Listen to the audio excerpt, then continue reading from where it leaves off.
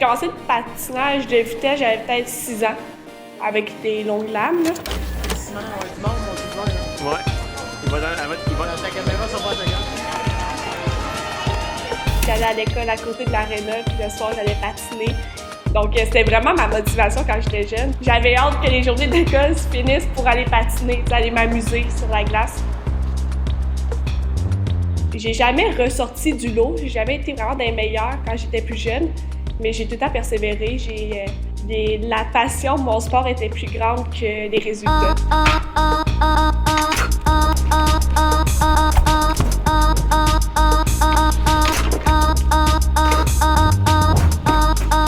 J'ai développé une confiance qui m'a fait voir que j'étais capable d'aller au-delà de mes propres limites. Depuis les dernières années, là, j'ai eu une progression assez incroyable. Là.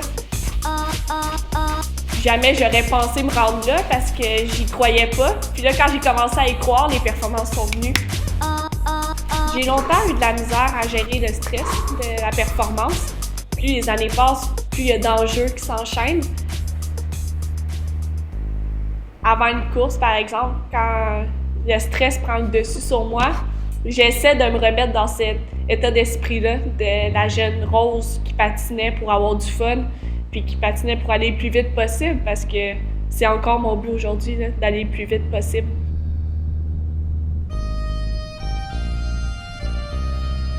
J'ai vraiment une routine d'avant-course qui fait que je tombe dans ma zone assez rapidement. J'ai ma musique, je focus sur ce que j'ai à faire.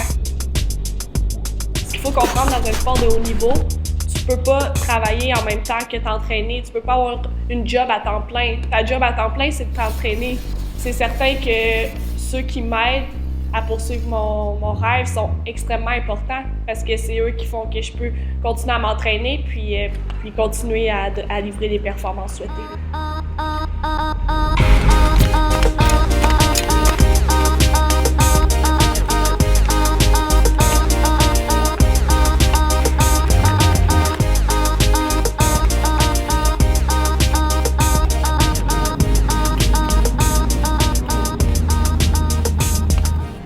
En tant qu'athlète, avoir un support de même, c'est indescriptible. Tu sais, c'est des émotions. Tu vis une émotion, puis tu as l'impression que tout le monde la vit avec toi. Puis ça, c'est comme... Je crois pas retrouver ça à quelque part d'autre que dans mon sport, tu sais. Puis quand on a eu la première compétition à Québec, au Centre de glace, les gens que j'aime dans les estrades qui me regardaient courser, qui étaient nerveux avec moi, puis tu sais, c'est des émotions vraiment intenses. C'est ça qui me fait vibrer là, dans mon sport, vraiment. J'ai la chance d'avoir 2 neveux extraordinaires. Je les aime d'amour. Puis je me suis donné comme mission d'être un exemple là, de persévérance pour eux. Je veux leur montrer là, que quand on s'accroche à ce qui nous fait vibrer le plus, on peut atteindre vraiment nos rêves finalement. Que ce soit dans le sport ou dans d'autres sphères de leur vie, je veux qu'ils croient en leurs rêves, mais avant tout, je veux qu'ils croient en eux. Puis c'est ça que je veux leur montrer, là, que la confiance en soi, là, ça peut nous amener vraiment au plus haut sommet. Là. Moi, mon but, c'est d'atteindre les plus hauts sommets dans mon sport, mais aussi, surtout, d'atteindre mon plein potentiel.